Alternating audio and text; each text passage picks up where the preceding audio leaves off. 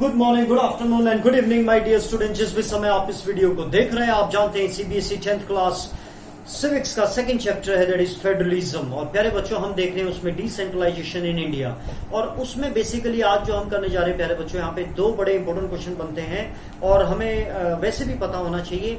एक आपका 5 नंबर का क्वेश्चन बनता है और एक 3 नंबर का। और 5 नंबर का जो क्वेश्चन है ये बिल्कुल ही सुपर सुपर सुपर इंपॉर्टेंट है और बहुत ही ज्यादा ईजी है। जैसा कि आप जानते हो, डिसेंट्रलाइजेशन की डेफिनेशन आपको पता है। 1992 में 74th अमेंडमेंट हुआ, कॉन्स्टिट्यूशन में ये अमेंडमेंट हुआ। तो कॉन्स्टिट्यूशन ने किस तरीके से जो लोकल गवर्नमेंट है उसको कैसे पावरफुल और मोर इफेक्टिव किया है ना, तो उसके लिए बेसिकली आपको याद रखना है इलेक्शन कमीशन और रेगुलर इलेक्शन। ठीक है, आपको कुछ और रिजर्वेशन के ऊपर 2 पॉइंट्स है ना, टोटल 5 पॉइंट है आपके।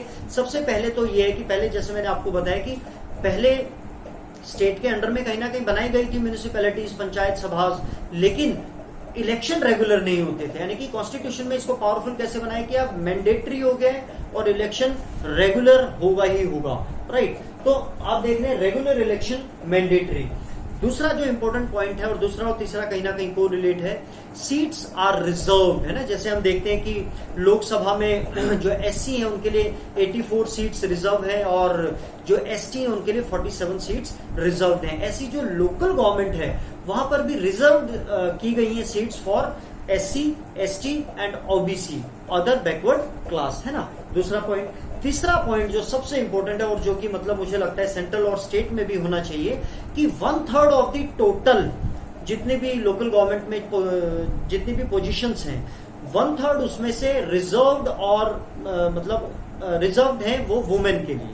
ठीक है, 1/3, जबकि हमारे लोकसभा में भी होना चाहिए, राज्यसभा में भी, स्टेट में भी। मैं इसके फेवर में हूं, लेकिन कहीं ना कहीं ये जो पावर, ये जो कॉन्स्टिट्यूशन के तहत हमें मिली है लोकल गवर्नमेंट, यानी कि वुमेन्स को 1 मार्क के लिए वेरी इंपॉर्टेंट क्वेश्चन, 1 मार्क को कितना परसेंट रिजर्वेशन यहाँ पे इसकी सीट्स हैं, 1/3। ठीक है, और टोटल अगर आप देखोगे, क्योंकि इंडिया एक बहुत वास्ट कंट्री है, तो लगभग 36 लाख रिप्रेजेंटेटिव्स हैं जो इस जो इस लोकल गवर्नमेंट के अंडर में इलेक्ट होकर चुने जाते हैं। वो रूरल के अलग हैं और अर्बन एरिया के अलग है। तो 36 लाख, इतने तो कहीं जो कंट्री है उनकी टोटल पॉपुलेशन भी नहीं जितने हमारे यहाँ इलेक्टेड मेंबर्स हैं। तो उसमें से 1/3 जो है वो रिजर्व्ड है स्पेसिफिकली फॉर वुमेन। ठीक है, तो पहला हमने क्या देखा, रेगुलर इलेक्शन मैंडेटरी हो गया कॉन्स्टिट्यूशन में। दूसरा हमने देखा सीट रिजर्व है for SC, ST and OBC. फिर हमने देखा 1/3 सीट रिजर्व है फॉर वुमेन। फोर्थ हम देखेंगे एक सेपरेट स्टेट इलेक्शन कमीशन, है ना, जैसे पूरे इंडिया का इलेक्शन कमीशन होता है, तो वैसे ही अब ये जो लोकल गवर्नमेंट के लिए एक special state election commission create किया गया, जो उस इलेक्शन का पूरा प्रोसेस कैसे हो रहे हैं, कब हो रहे हैं, कोई इसमें मतलब फेयर हो रहे हैं कि नहीं हो रहे हैं, माल प्रैक्टिस तो नहीं हो रही है, उस सबको ऑब्जर्वेशन करेगा। तो यानी कि क्रिएट किया गया एक independent state election commission has been created. अब जो 5th पॉइंट है, यहां पर थोड़ा सा हमें ध्यान खींचना, और ये हमारे लिमिटेशन में भी है कि स्टेट्स को ये कहा गया है ना, कुछ चीजें तो देखो पावर मिली है उनको रिसोर्स गेन करने के अर्बन में और रूरल में, लेकिन उनको कहा गया है स्टेट्स को कि you have to share power with the local government. मतलब कुछ तो करनी है ही है, लेकिन उसके अलावा ज्यादा कम वो उनके ऊपर ये कहीं ना कहीं छोड़ दिया। तो ये थोड़ी सी लिमिटेशन है, क्योंकि जो नॉर्थ इंडिया में जो स्टेट्स हैं वो तो कहीं ना कहीं काफी डेवलप है, काफी वो चीजें हैं उसमें, तो वो वहां पर तो ट्रांसपेरेंसी आ रही है। लेकिन जो कई ऐसे स्टेट्स हैं ईस्ट में, या अगर आप बिहार, उड़ीसा, ऐसी जगह की अगर आप बात करें, झारखंड, तो वहां पे कहीं ना कहीं ये थोड़ा सा इसका एक लूज पॉइंट है। State government required to share, लेकिन ये कॉन्स्टिट्यूशन में कि करना है तो करना पड़ेगा। State government required to share some power and revenue. Revenue मतलब पैसा, पैसा नहीं है तो इसका मतलब आपके पास कोई ताकत भी नहीं है, तो ये जो रेवेन्यू वाला भी उसको देना पड़ेगा ये लोकल गवर्नमेंट को। ठीक है, तो ये वो 5 पॉइंट है और सुपर इंपोर्टेंट क्वेश्चन जो आपका बनता है, 3 में भी आ सकता है और 5 में भी, और 1 मार्क में 1/3 जो है वो ये आपको पूछा जा सकता है। अब ये जो एक्सपेरिमेंट किया गया है लोकल गवर्नमेंट के ऊपर, ये दुनिया का सबसे बड़ा एक एक्सपेरिमेंट है डेमोक्रेसी को अगर आप देखते हैं, है ना, और डेमोक्रेसी दुनिया में सबसे बड़ी डेमोक्रेसी भारत में है। तो world's largest experiment in democracy, 36 lakh elected representative जो मैंने आपके साथ शेयर किया था, उसमें से 1/3 फॉर वुमेन, 36 लाख। इतनी तो कई सारी कंट्रीज ऐसी हैं जहां की टोटल पॉपुलेशन नहीं है। Number is bigger than the population of many countries of world, help to deepen the democracy. लेकिन ये जो एक्सपेरिमेंट किया है इसने डेमोक्रेसी को कहीं ना कहीं डीपन किया, यानी कि और भी मजबूत किया है ना, गहरा किया है। संबंधों को और भी, है ना, पावर्स दिए वहां पर, ताकि और भी बेहतर तरीके से काम हो सके. Help to deepen democracy, increase women representative and voice in our democracy. और इसके तहत जो है वुमेन्स की एक रिप्रेजेंटेशन जो है और जो उनकी आवाज को एक ताकत मिली है. ठीक है, तो ये हमने एक कॉमन उसके देखे, तो ये तो हम इन्हीं से भी पॉइंटों से भी हम पता लगा सकते हैं. बस 36 लाख है, ये भी 1 मार्क के क्वेश्चन के लिए आपको इंपॉर्टेंट याद रखना है, टोटल रिप्रेजेंटेटिव. तो ये आपको कहीं ना कहीं थोड़ा सा आपको ध्यान रखना है, अदरवाइज यहीं से आपको रिलेट कर सकते हैं. अब हम देखते हैं कि इसकी लिमिटेशंस क्या है ना.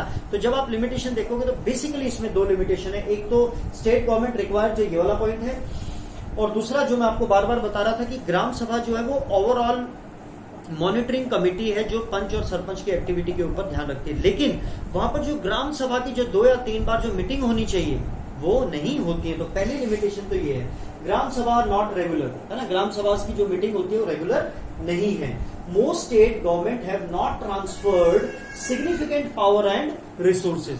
काफी स्टेट्स ऐसे हैं जिन्होंने जितना चाहिए, जितनी जरूरत है, उसके हिसाब से कहीं ना कहीं पावर और रेवेन्यू कलेक्ट करने की जो रिसोर्सेज हैं वो उनको ट्रांसफर नहीं किए. तो कहीं ना कहीं अगेन यहीं से आप इसकी लिमिटेशन को भी कर सकते हैं. तो ग्राम सभा वाला पॉइंट याद रखना. और दूसरा, स्टेट्स ने अभी भी सिग्निफिकेंट पावर और रिसोर्स कहीं ना कहीं नहीं दिए. इस वजह से still long way for the ideal of self government, यानी कि अभी भी एक लंबा संघर्ष, एक लंबा समय लगेगा हमें वहां तक पहुंचने में. अब हम देखते हैं आपकी बुक क्या कहती है प्यारे बच्चों. तो हमने ये टॉपिक छोड़ा था और लास्ट वाला हमने टॉपिक छोड़ा था. तो हम देखते हैं यहां से. A major step towards decentralization was taken in 1992.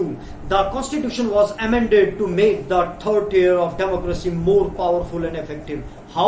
ये question very important है. पहला, now it is constitutionally mandatory to hold regular election to local government bodies. Seats are reserved in the elected bodies and the executive heads of these institutions for the scheduled caste, scheduled tribe and other backward classes. At least 1/3 of all positions are reserved for women. An independent institution called the State Election Commission has been created in each state to conduct panchayat and municipal elections. Fifth, the state government are required to share some power of revenue with local bodies. The nature of sharing varies from state to state. अब ये करनी है लेकिन ये very करता है state to state. ठीक है, फिर हमने ये आगे देख लिया था. अब हम लास्ट में इसका जो कंक्लूजन है कहीं ना कहीं, जो हम ये वाला पार्ट देख रहे हैं, ये देखते हैं इसमें क्या है.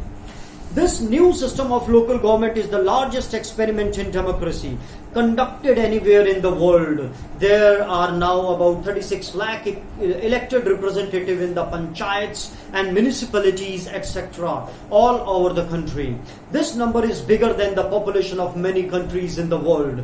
Constitutional status for local government has helped to deepen democracy in our country. It has also increased women representations and voice in our democracy. At the same time, there are many difficulties या फिर limitations आप कह सकते हैं. While elections are held regularly and enthusiastically, gram सभाs are not held regularly. वो कहीं ना कहीं जो है regularly मीटिंग अपनी ऑर्गेनाइज नहीं कर रहे हैं. Most state governments have not transferred significant powers to the local governments, nor have they given adequate resources. We are thus still a long way for realizing the ideal of self-government. तो प्यारे बच्चों, कहीं ना कहीं अभी भी हमें एक लंबा समय, एक लंबा अंतराल उसके लिए देखना पड़ेगा, तब हम रियलाइज कर सकते हैं एक आइडियल सेल्फ लोकल गवर्नमेंट. तो this is all about this topic my dear sons and daughters. तो मैं आपको फिर रिक्वेस्ट कर रहा हूं, this is the ending of this chapter. कोई भी आपको डाउट है, please ask me, call me, comment me. God bless you all. Love you all.